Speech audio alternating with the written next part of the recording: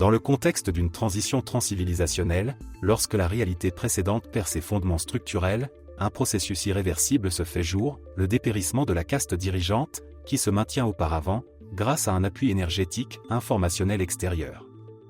Cette caste, privée d'accès à l'ancien circuit de contrôle systémique, le réseau invisible qui consolidait le pouvoir, les privilèges et la légitimité illusoire, perd rapidement ses fonctions, son influence et sa signification.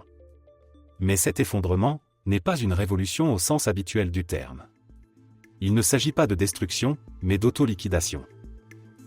La structure ayant perdu le contact avec sa source, ne peut être soutenue de l'extérieur, et commence à s'écrouler de l'intérieur. Ce n'est pas un acte de protestation, pas un soulèvement, ni un complot. C'est l'évanouissement gravitationnel, d'une forme qui a épuisé son contenu. La soi-disant élite d'aujourd'hui n'est renversée par personne, elle disparaît d'elle-même, comme par évaporation. Sa rhétorique n'inspire plus la peur, car la nécessité intérieure qu'elle représentait a disparu. D'après notre compréhension actuelle, et notamment pour ceux qui sont loin d'avoir une vision réaliste de la situation, ce processus semble très lent et nous souhaitons l'accélérer autant que possible. Mais il s'agit d'un processus qui échappe à notre contrôle dans la complexité de tous les événements. Parallèlement, une grande partie de l'humanité est également libérée.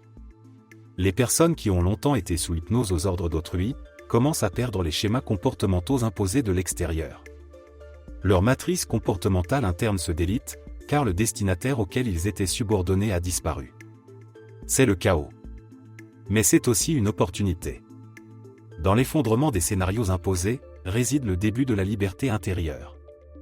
Ne sachant pas comment vivre différemment, mais n'étant plus capables de vivre comme avant, les gens se retrouvent pris entre deux mondes.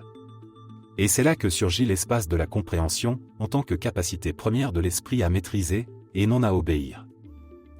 Ce qui en ressort, ce n'est pas une nouvelle idéologie, mais un nouveau soutien, basé sur ce qui était auparavant secondaire. De la compréhension comme noyau, de la foi comme programme principal, de la conscience comme forme de participation au tout.